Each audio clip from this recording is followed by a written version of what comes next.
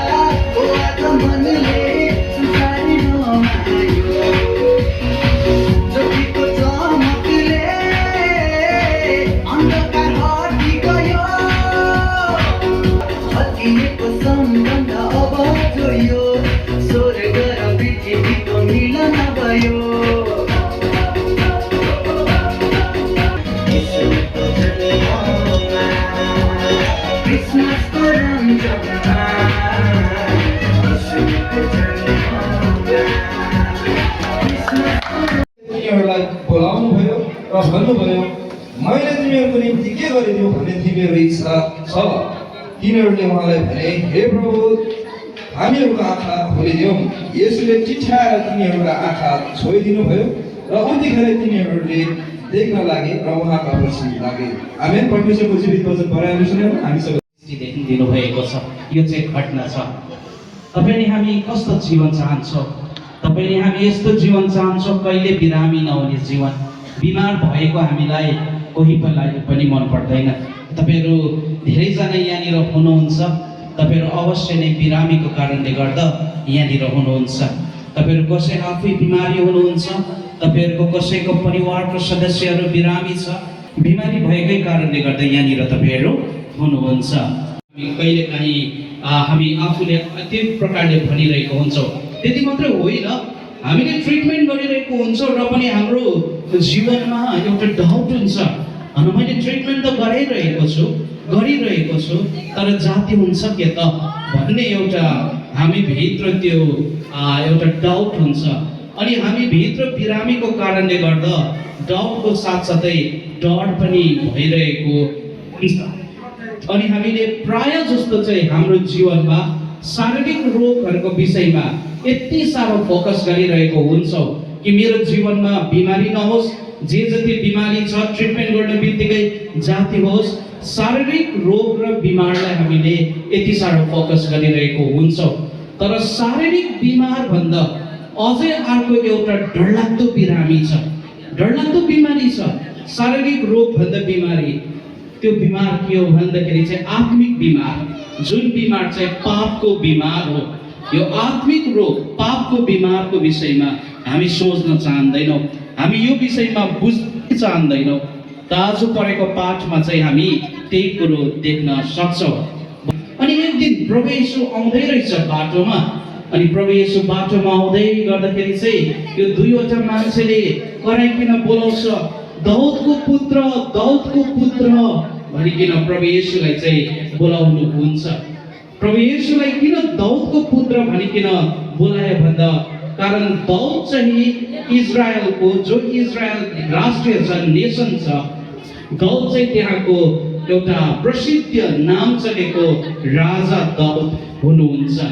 अनि प्रभु येशू संसारमा जन्म लिनुभन्दा प्राय 1000 वर्ष अगाडि नै भविष्य वक्ताहरूद्वारा अगमवक्ताहरूद्वारा चाहिँ यो कुरो बताएको थियो कि संसारको मसीहा चाहिँ मुक्तिदाता चाहिँ दाउदको वंशबाट जन्मिन्छ भनिकन बताएको थियो। त्यो कारणले गर्दा यो दुईटा अन्ध मानिसहरू कराउँदैछ, दाउदको पुत्र भनिकन चाहिँ दुईजना अन्ध मानिसहरू यहाँनिर कराउँदैछ। यो प्री क्रिसमस मनाउँदा हाम्रो गीतहरूद्वारा पनि तपाईँले यही नै सन्देश सुन्नु भएको छ, प्रभु येशू ख्रीष्ट चाहिँ जन्मिनु भएको छ भनिकन। अनि हामी यो क्रिसमस मनाउँछौँ प्रभु येशू ख्रीष्टको जन्मदिनको सम्झना गर्दै, त्यो कुरोलाई स्मरण गर्दै। त्यो कारणले गर्दा प्रभु येशू ख्रीष्ट जन्मनु भएको, अनि प्रभु येशू ख्रीष्ट जन्मनु भएको कारणले गर्दा तपाईँले यो कुरोलाई सुन्नु अनि बुझ्नु भएको कारणले गर्दा जसरी यो दुईटा अन्ध बिरामी मानिसहरूले प्रभु येशूलाई बोलाएको छ, तपाईँहरूले पनि प्रभु येशूलाई आफ्नो बिरामीको समयमा यस प्रकारले बोलाउन सक्नुहुन्छ। यस प्रभु येशूलाई आफ्नो बिरामीको समयमा तपाईँहरूले यसरी आफ्नो समस्याहरूलाई बताउन सक्नुहुन्छ।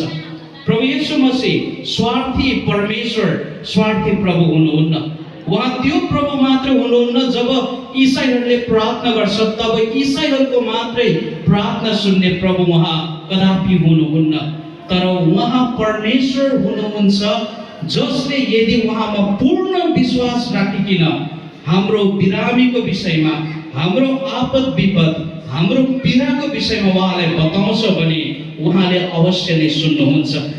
अनि यस दुईवटा मान्छेले प्रभु येशूलाई भन्नुभयो, हाम्रो आँखा खोलिदिनुहोस्, हामी देख्न पाऊँ, हामी दृष्टि पाऊँ। यो बिन्ती प्रभु येशू कहाँ दुईजना मानिसहरूले राख्नुहुन्छ। अनि प्रभु येशूले त्यो दुईवटा अन्ध मानिसको आँखालाई छोइदिनुहुन्छ। अनि त्यो दुईवटा मानिसले तुरुन्तै आफ्नो आँखालाई देख्छ। कल्पना गर्नुहोस्, कति साल अगाडिदेखि अन्ध भएको मान्छेले आँखा देख्दा कति आनन्दले भरियो होला। उनीहरूले नयाँ जीवन पायो।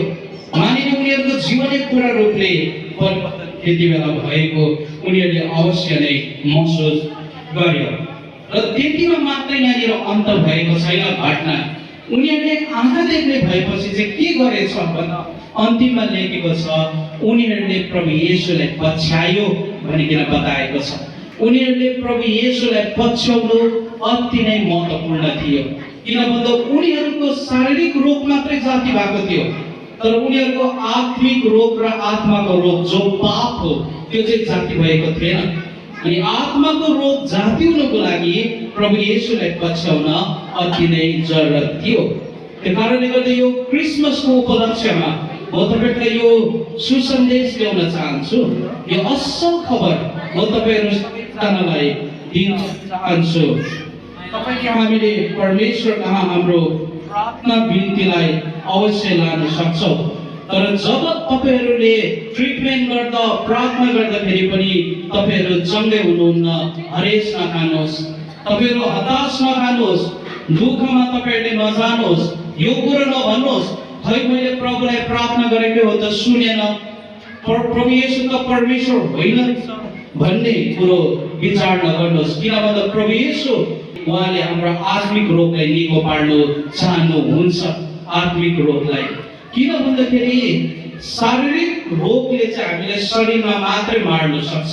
अघि मैले तपाईहरुलाई सुरुमा बताइरहेको थिएँ, मेरो आमा ब्रेन हेमरेज भएर बित्नु भयो, मेरो आप्पा हार्ट एट्याक भइकन बित्नु भयो, उहाँहरू बित्नु भयो। तर यो शारीरिक रोगले चाहिँ केवल शरीरलाई मार्छ, तर जो यो आत्माको रोग छ यसले चाहिँ हाम्रो आत्मा अनि हाम्रो शरीर दुईटैलाई मार्छ।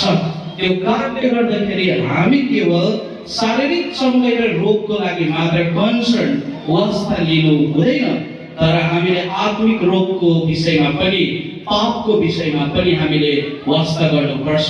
अनि प्रभु येशू मसीह चाहिँ यो आत्मिक रोग हामी सबैजनाको निको पार्न चाहनुहुन्छ। यो पापबाट हामीले निको पार्न चाहनुहुन्छ। प्रभु येशूले यो कुराबाट निकाल्न पापलाई क्षमादित गर्न नै संसारमा जन्म लिनुभयो। अनि यही सुसन्देश हामीले गीतहरूद्वारा यस वचनद्वारा तपाईहरुको बीचमा राखिरहेको छ। प्रभु येशू जन्मिनु मात्र काफी थिएन, तर हामी सबैले एउटा न एउटा समयमा प्रभु येशूले क्रुसमा झुन्डेको त देखेकै छौं। प्रभु येशू मसीह त्यतिकै क्रुसमा झुन्डिनु पनि भएको होइन। उहाँ क्रुसमा झुन्डिनु भयो, उहाँले रगत बगाउनु भयो। रगतमा चाहिँ प्राण भएको कारणले गर्दा हामीलाई आत्मिक रोग हाम्रो पापबाट चाहिँ केवल रगतले मात्रै छुटकारा दिन सक्छ। त्यसै कारणले गर्दा आज प्रभु येशूमा विश्वास गर्नेहरूले कुनै बलिदान टक्राउँदैन, पशु प्राणीको रगतले बलिदान टक्राउँदैन पाप क्षमाको निम्ति।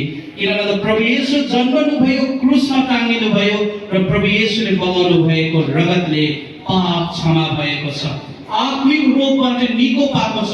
यो विश्वासको कारणले गर्दा प्रभु येशूमा विश्वास गर्नेहरूले कुनै पशु प्राणीको बलिदान पाप क्षमाको लागि हामी गर्दैनौँ।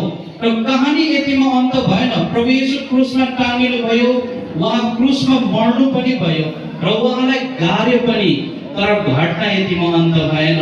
3 दिनमा प्रभु येशू मरेकोबाट फेरि बाँच्नु भयो, उहाँ जी उठ्नु भयो। प्रभु येशू मसीह जी उठ्दाखेरि उहाँले पापलाई पनि विजय गर्नुभयो, मृत्युलाई पनि विजय गर्नुभयो। त्यसै कारणले गर्दा जसले प्रभु येशू मसीहमा विश्वास गर्छ, उहाँको कार्यमा विश्वास गर्छ, उनीहरूको शारीरिक रोग त छैछ, तर त्यो भन्दा महत्त्वपूर्ण कुरो आत्माको रोग, जुन आत्माको रोगले चाहिँ हाम्रो आत्मा र शरीरलाई विनाशकारी आगोको तालमा नरकमा लान्छ, त्यो कुराबाट प्रभु येशूले बचाउनुहुन्छ, हामीलाई उद्धार दिनुहुन्छ अनि हामीलाई मुक्ति प्रभु येशूले दिनुहुन्छ। कहाँसम्म जाने यात्री हो, मुक्तिको बाटो खोजेर दुई बाटो बनिएको छ, हो दुई बाटो बनिएको छ एउटा बाटो फराकिलो छ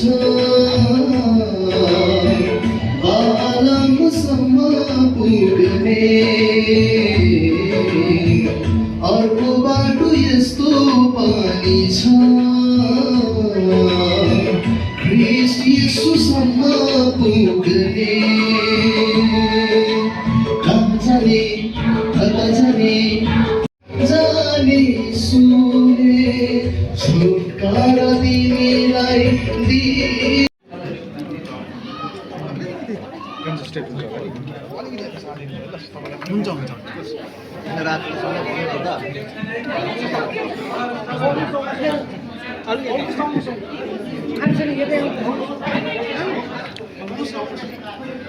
उतै दाजु त्यो हटाइदिनुहोस् न।